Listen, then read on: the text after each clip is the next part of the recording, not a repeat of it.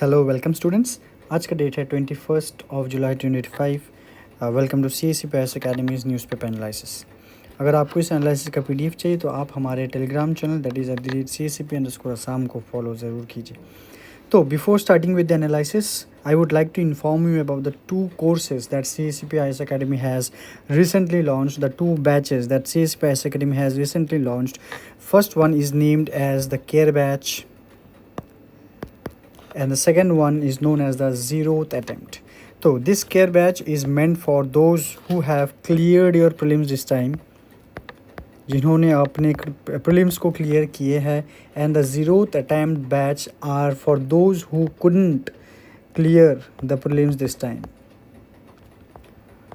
So let me just briefly describe you what it is. Care batch, it is a personalized mentorship for those who have cleared your prelims, जहाँ पर आपको daily answer writing करवाया जाएगा with a very proper time table, जहाँ पर every weekly आपको एक follow up call किया जाएगा and we will ask you कि आप लोगों का क्या जो लास्ट वीक आप लोगों ने कैसे क्या प्रिपरेशन किया है, what type of content you have studies, और आपने आंसर राइटिंग कैसे किया.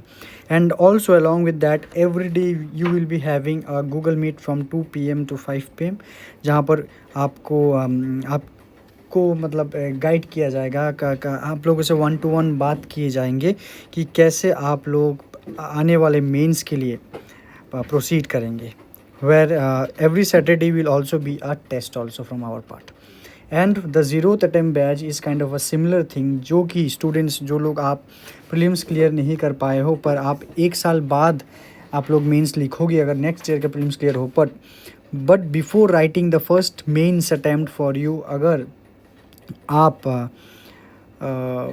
मेंस का experience in your zeroth attempt लेना चाहते हो तो आप हमारे ज़ीरोथ अटैम्प्ट वाले बैचेस को ज्वाइन कीजिए, जहाँ पर सेम वीकली टेस्ट सीरीज़ आपको आइडिया दिया जाएगा what to study what not to study, daily answer writing, weekly test series, daily current affairs, counseling sessions, motivations, everything will be under this particular course. Okay, without any delay, let's start with the topics that we will be discussing. आज हम कुछ editorial से हम analysis करेंगे, जैसे the first one will be of aviation safety reform, then UN voting trends, temples and social justice, then the boundary issue of the Raimona National Park and Assam eviction drive recently. So this is an editorial from The Hindu. Reform cannot wait, aviation safety is at stake. मतलब ये editorial हमें दर्शाएगा कि what type of reforms that our aviation sector needs. And आज के date में ये topic क्यों डिस्कस हो रहा है, व्हाई वी आर रीडिंग और they are writing such articles, because recently जो हादसा हुआ है बोइंग 787 एयर इंडिया क्रैश का अहमदाबाद में, दैट हाईलाइटेड कि ऐसे इंडिया में और भी प्लेन क्रैशेस हुए हैं पर कभी भी गवर्नमेंट ने ये एविएशन सेक्टर को शायद सीरियसली लिया ही नहीं. So what could be a possible question from here. India's aviation regulatory institution have failed to keep pace with the sector's expansion, critically analyzed in the context of recent air crashes. Okay. So we know that the aviation sector a modern economy का एक critical pillar है, because it is a very critical pillar of the modern infrastructure and economic growth, जहाँ पर passenger movement and freight movement also बहुत ही ज़्यादा होता है from international, intercontinental, everything. Okay, but the Air India Boeing 787 crash in Ahmedabad and the subsequent preliminary report that came by the black box study, aircraft accident investigation bureau ने जो दिया है, जो वो फ्यूल जो कट ऑफ या फिर run से कट ऑफ हो गया था, वो एक टेक्निकल ग्लिच को दर्शाता है. So let's see what are the current issues है. द फर्स्ट वन कि एविएशन सेफ्टी में there is a systematic trust deficit. जैसे द इन्वेस्टिगेटिव आउटकम्स जो है दे आर ऑफन इनकंक्लूसिव. अभी तक जो भी इन्वेस्टिगेटिव रिपोर्ट आया है, कि जैसे कि अभी तक यही आया है, बोला गया इन्वेस्टिगेटिव रिपोर्ट में जो फ्यूल जो था वो रन ऑफ से ऑटोमेटिकली कट ऑफ में गया था, वेयर एज कि वो ऑटोमेटिकली जा ही नहीं सकता विदाउट एनी मैनुअल इंटरवेंशन. तो there is a lack of conclusiveness and also this lack of transparency, जो ये है डेटा वो कितना एक्सेसिबल है, कितना सत्य है। Next also excessive penalization of the individual crew versus the leniency towards regulators, कि यहाँ पर पेनलाइज करना इंडिविजुअल क्रू मेंबर्स को, अगर क्रू से कोई गलती हुआ है तो, और वो बहुत ज़्यादा करना, और उसके जगह पर ना करना कि रेगुलेटर्स को अकाउंटेबल ना ठहराना। जो एयरलाइन ऑपरेटर्स है वहाँ जो फेथ है वो रिस्टोर नहीं हो पा रहा है। नेक्स्ट अगर करंट इशू देखते हैं, जैसे कि regulatory overlap and weak enforcement, जैसे कि the regulatory bodies like DGCA, like AAI या फिर ministry of civil aviation, they suffer from regulatory opacity. Regulatory opacity का मतलब क्या है, ये वाला टर्म आपको आर्टिकल में ही मिलेगा। रेगुलेटरी ओपेसिटी का मतलब क्या है कि the regulations upon the airlines it is not clear, okay, and which is also conflict of interest among the regulatory bodies and also with the airlines also. The same entities they approving unsafe constructions in one hand and also tasked with regulating them. ठीक है, तो मतलब it is very ironical, अगर constructions जो कुछ हो रहे हैं वो अनसेफ कंस्ट्रक्शंस है, पर उसको अनसेफ कंस्ट्रक्शंस को ही रेगुलेट करना है। Alright, so there is weak enforcement, there is a compromised airport infrastructure as well, like post 2008 which allowed obstacles near the airport, कि एयरपोर्ट के पेरीफेरी में कुछ ऑब्स्टिकल्स मेजर होने नहीं चाहिए, कुछ भी ऑब्स्टिकल्स नहीं होना चाहिए, बस 2008 के बाद से ही ऑब्स्टिकल्स को अलाउ कर दिया गया था।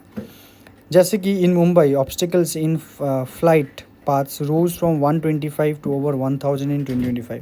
2010 से 2025 में मुंबई में 125 ऑब्स्टिकल्स से अभी 1000 ऑब्स्टिकल्स क्रिएट किए गए हैं। तो ये ऑब्स्टिकल्स क्या है, these are the unsafe constructions which do not have any statutory committees, and the ICAO they misuse enabled illegal constructions also. Next, aircraft maintenance और airworthiness, pardon me, और एक पॉइंट है यहाँ पर पायलट एंड क्रू वेलफेयर, कि like there is a lack of mental health support without punitive consequences, and flight duty time limitations it is routinely violated, कि overwork हो जाता है by the pilots. Cabin crew safety role is downplayed, cabin crew का जो safety role है वो आज के डेट में इंडिया में डाउन प्ले हुआ है एज हॉस्पिटैलिटी, कि कैसे वो अतिथि सत्कार कर सकता है वो, ठीक है। सो वो सब देखा जाता है, पर जो सेफ्टी रिगार्डिंग है उसमें फोकस कम है by the crew members also. Next, aircraft maintenance and airworthiness में जैसे कि फा है, ये से है, due to DGA's lack of expertise they are now over reliant on the foreign agencies. The Indian aircraft we are over reliant on foreign agencies जैसे कि फा या फिर EASA। ट्रैफिक मैनेजमेंट में भी deficiencies हैं, there are shortage of trained traffic controller, whistle blower suppression मतलब whistle blower वो है जो इशू को हाईलाइट करके सामने ला के देता है, कोई अगर आवाज़ उठाए उसको विसल ब्लोअर कहा जाता है, उनको भी सप्रेस किया गया। Alright, the next news we will be discussing here now is about the India UN voting trends. Now what this is about, कि अगर आप न्यूज़ फॉलो कर रहे हैं तो आपको पता होगा कि इंडिया रिसेंटली बहुत से मेजर डिसीशंस में वो UN में वोट करने से कतराते हैं, मतलब it abstains, they do not vote. तो वही हम देखेंगे आज के डेट में कि वाई इंडिया एब्सटेन्स, एंड क्या ऐसा क्या जियोपॉलिटिक्स है और इस एब्सटेनमेंट का ट्रेंड क्या है, और वो एब्सटेनेंस से वो इंडिया को कैसे बेनिफिट करवाता है। सो आर्टिकल जो आया है आज, न्यूज़ आया है, annual share of abstentions in India's votes at the UN reaches all time high. Okay, तो यहाँ पर आप वोटिंग पैटर्न को देखिए। पहले 2025 में जो एब्सटेंशंस है वो ऑल टाइम हाई है, दैट इज़ 44%। जितने भी इश्यूज़ हुए हैं, रेज किए गए हैं इन यूएन और in the UN resolution, India ने उनसे 44% इंडिया ने एब्सटेन किया है। और जो येस है 1955 से तो 2025 तक इंडिया का जो येस वाला वोट है वो 56% तक फॉल किया है। सो यहाँ पर इंडिया वोट नहीं दे रहा है और येस इंडिया कम बोल रहा है। Now, what is this UN resolution? UN resolution, it is a formal text adopted by a UN body, जैसे कि UNGA, United Nations general secretary assembly, और द सिक्योरिटी काउंसिल UNSC। तो ये जो UN बॉडी है, अगर वो कोई फॉर्मल टेक्स्ट वो अडॉप्ट करवाना चाहते हैं अपने members, that is known as the UN resolution. This resolutions they are non binding. That is very important कि UN रेजोल्यूशन जो है वो बाइंडिंग नहीं है, but they carry political significance. कि ठीक है, आपको अगर रिजोल्यूशन नहीं मानना है मानो, पर जो कंट्रीज़ उस रिजोल्यूशन का मानेगा तो और जो नहीं मानेगा उनको डेफिनेटली एक डिफरेंस वाली नज़र से देखा जाएगा। While in the security council they can be binding. ठीक है, सिक्योरिटी काउंसिल में जो है वो बाइंडिंग होगा under the international law.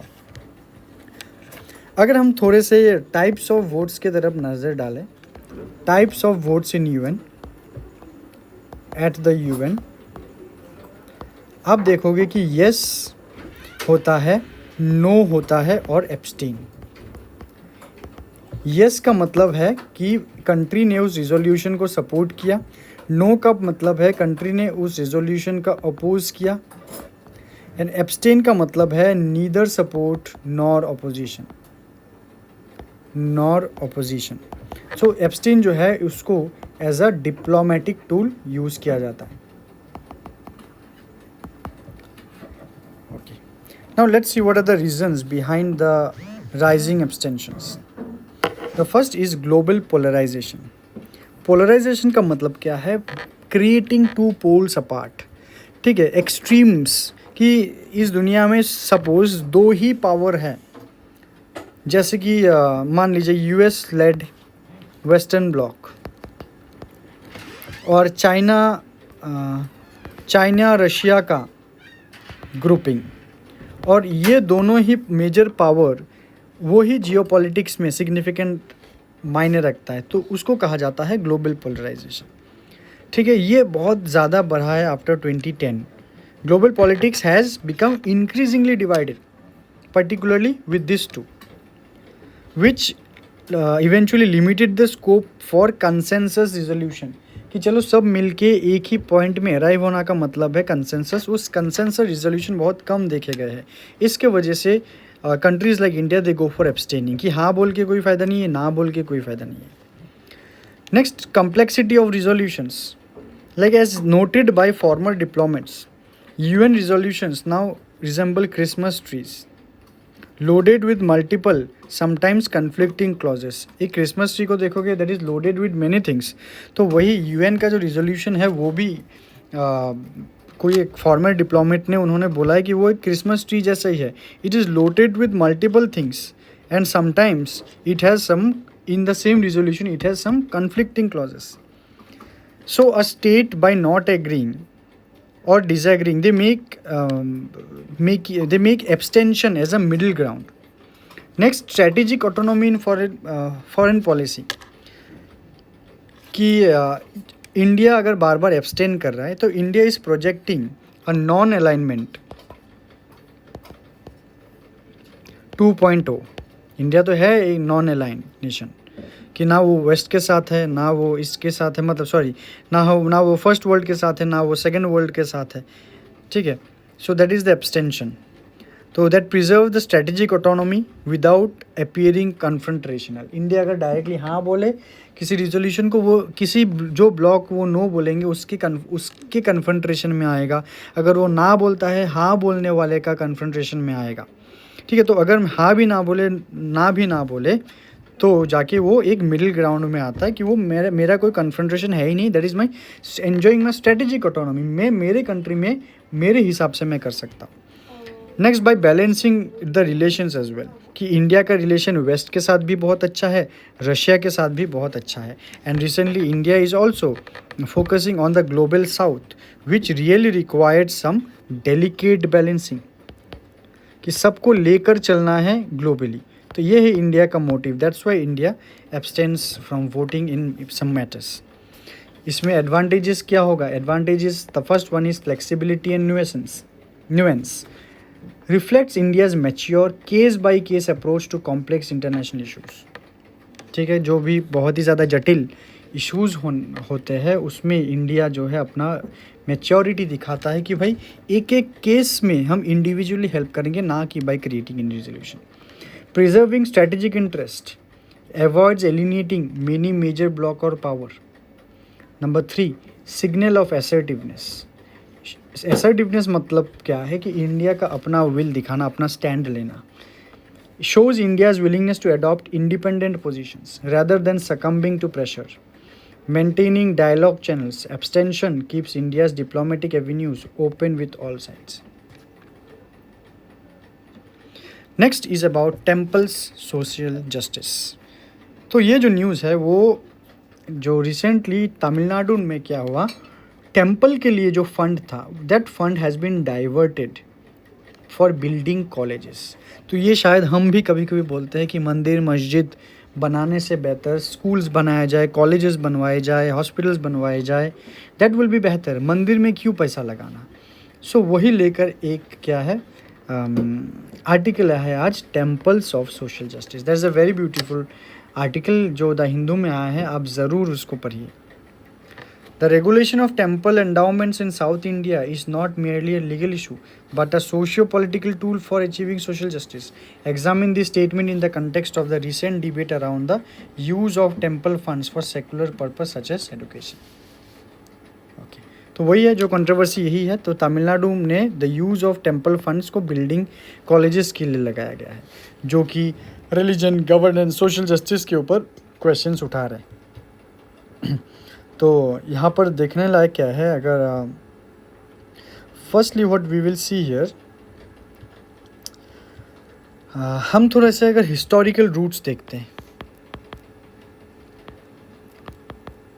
If we see certain historical roots, the religious endowment and escheats regulation act 1817 which was created by the East India Company, it initiated state regulation of religious endowment. Religious endowment का मतलब होता है चीज़ ही, जो चीज़ आपके पास है, जो आपको आगे बढ़ने में मदद करता है, जो चीज़, दैट इज़ एंडाउमेंट। एडुकेशन भी एक एंडाउमेंट है, जॉब भी एक एंडाउमेंट है। ठीक है। Next, post 1858 queen Victoria's proclamation promised non-interference in religious matter after the 1857 revolt. ठीक, 1857 रिवॉल्ट तो वही हुआ था ना, रिलीजन को हर्ट किया गया था, रिलीजियस सेंटिमेंट को। तो 1958 से क्वीन विक्टोरिया ने प्रोक्लेम किया था स्टेट कभी भी रिलीजियस मैटर में इंटरफेयर नहीं करेगा। However, in Madras presidency, the state continued oversight on secular affairs of temples, including finances. जो मद्रास प्रेसिडेंसी था उसने इस चीज़ को नहीं माना था। ऑलराइट, तो उसी को लेकर अभी ये वही चलता आ रहा है। जैसे कि अगर हम अभी एक एक्ट के बारे में बात करते हैं जिसका नाम है Hindus religious and charitable endowments act 1959। ठीक है, इसका एक 1922 वाला वर्जन भी था, बट बाद में इसका 1959 वाला वर्जन आया है। वहाँ पर उसमें जो सेक्शन 36 है वो कहता है इट अलाउज द ट्रस्टीज़, जो ट्रस्टीज़ होंगे उन टेम्पल के, to use surplus fund, the trustees can use the surplus fund for welfare purpose with government section, की इन पैसों से, मंदिर के इन पैसों से वो गवर्नमेंट सेक्शन से सेकुलर पर्पस में यूज़ कर सकता है, कोई भी वेलफेयर पर्पस में, चाहे वो हेल्थ में हो, एडुकेशन में हो, गवर्नेंस में हो। सेक्शन 66 जो है यहाँ का वो कहता है कि permits the use of funds for educational institution, educational institution में ये पैसा लगाया जा सकता है by section 66, including teaching of Hindu temple architecture and religious studies. Alright. Okay. Now what are the roles of temples in pre modern area. Role of temple अगर pre modern area अगर हम देखते हैं, अभी नहीं तो पहले वो एजुकेशनल हब्स हुआ करता था, चैरिटेबल सर्विसेज दिए जाते थे, एम्प्लॉयमेंट प्रोवाइडर्स भी थे टेम्पल्स. जैसे कि हम चोला या फिर विजयनगर डायनेस्टीज़ में देखते तो there were strategic donations to temple integrating them into state policy. क्योंकि प्री मॉडर्न एरा का जो टेम्पल है वो एंडाउमेंट सर्व करता था, वो एजुकेशन इंस्टीट्यूशन वही था टेम्पल. ठीक है, एम्प्लॉयमेंट जनरेशन वो टेम्पल ही दे रहा था, इसी वजह से उसमें पैसा खर्च किए गए. Now next if we see the social justice and temple regulation of south India, तो यहाँ पर कुछ आपको बहुत इंटरेस्टिंग फैक्ट्स मिलेंगे. जैसे कि by the self respect movement in justice and justice party, it am democratising Hindu temple traditionally control by the upper caste. कि अपर कास्ट ने हर एक कास्ट के लोग उस टेम्पल को एक्सेस कर सकते हैं. Also this self-respect movement that led to the legislation of Temple Entry Act 1936 to and 1947, जो कि नॉन ब्राह्मण प्रिस्ट को पूजा करने के लिए अलाउ किया था. And also view temples as instruments of public welfare and anti caste transformation. Alright, so that's an interesting topic, you can also read. Okay, the next news is about Raimona national park boundary issues. तो क्या है boundary issues वो हम थोड़े सा देखते कि the Raimona national park which was notified in 2021 is one of the Assam's newest protected areas located in BTR Bodoland territorial region and bordering the kingdom of Bhutan. तो अभी क्या रिसेंट इशू है, रिसेंट इशू हुआ है कि there was an error in boundary demarcation जो कि serious environmental administrative और जियोपॉलिटिकल कंसर्न्स को हाईलाइट करेगा, सीरियस कंसर्न को, क्योंकि यहाँ पर इंटरनेशनल बाउंड्री भी मौजूद है. तो what are the key anomalies that were noted. The noted was anomalies were deviation from fire line natural boundaries, example Sankosh and Saralbhanga rivers. जो संकोश और सरलभंगा रिवर्स है वहाँ पर डेविएशन देखने को मिला. Second one, encroachment into भूटानीज territory. Bhutan के टेरिटरी में बाउंड्री डिमार्केशन से एनक्रोचमेंट देखा गया है at certain border points, raising the specter of international dispute. ठीक है. Also GPS coordinates in the official notification misaligned with the actual ground positions. So these were the issues that has been noted. Okay, now lastly the Assam eviction drive from this article, restoring demographic balance. So let's see what it is. The Assam government has recently undertaken large scale eviction drive to reclaim encroached forest lands, have sparked debates around governance, land right, demographic shift and environmental restoration. So what are the issues involved here? First issue about illegal encroachment and governance, जहाँ पर over 1.19 lakh bighas of land has been encroached and previously and now reclaimed. अभी governance को reclaimed कर लिया, वापस ले लिया in the anti encroachment drive या फिर eviction drive in the districts like Goalpara, Dhubri and Lakhimpur. The government has cited legal backing from Supreme Court and Guwahati High Court. Order pass से ही हुआ है वो. And this eviction drive was successful without any violence or with some minimal violence. All right. Next issue is the demographic shift. There will be a fear of demographic change in Upper Assam due to migration from bordering districts like Dhubri, South Salmara, Mankachar. कि धुबरी से अभी वो अपर असम में जो eviction से जो लोग अभी निकल गए हैं वो शायद माइग्रेट कर जाए, तो there is a fear of demographic shift. Also there are allegations of deliberate political strategy. शायद वो कोई एक रिलीजन बेस्ड पॉलिटिक्स भी खेला जा रहा है. ऑलराइट. एनवायरमेंटल कंसर्न्स भी है, अगर इंक्रोचमेंट हो रहा है, पेड़ पौधे ये सब भी डिस्ट्रॉय हो रहे हैं.